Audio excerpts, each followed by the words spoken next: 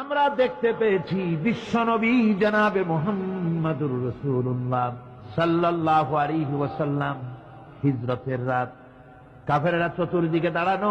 হযরত জিবরাইল এসে বলেন, ইয়া রাসূলুল্লাহ, হে কাফেররা চতুর্দিকে ঘিরে দাঁড়ায়ছে, গভীর রাত, এখন হাতে তাদের তরবারি, সকাল হলে পরেই তারা আপনাকে মেরে ফেলে দিবে, তাড়াতাড়ি ওঠেন, মদিনার দিকে চলে যান। আল্লাহ নবী ঘুমের থেকে জেগে হযরত আলীকে ডেকে বলেন, আলী, আল্লাহ অর্ডার করেছেন, আমি মদিনায় চললাম, আমার বিছানার পরে আমার চাদর গায়ে দিয়ে শুয়ে থাকো। হযরত আলী বলেন, আল্লাহর হাবিব, আপনার চাদর গায়ে দিয়ে ঘুমিয়ে থাকবো, সকালবেলায় কাফির বেঈমানেরা আপনার বিছানার পরে আপনার চাদর গায়ে দেওয়া অবস্থায় আমি আলীকে তারা মুহাম্মদ মনে করবে, আর আমি আলীকে নবী মনে করে তারা তাদের তরবারি দিয়া কেটে কেটে টুকরা টুকরা করে আমারে বিদায় করে দেবে দুনিয়া থেকে।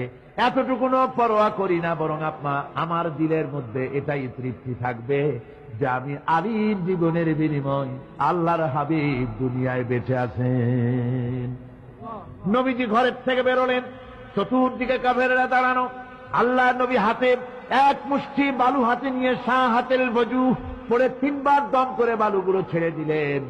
বালিগুলি ঘরের চতুর্দিকে কাফেরদের চোখে চলে গেল। পরবর্তী সময় রব্বুল আলামিন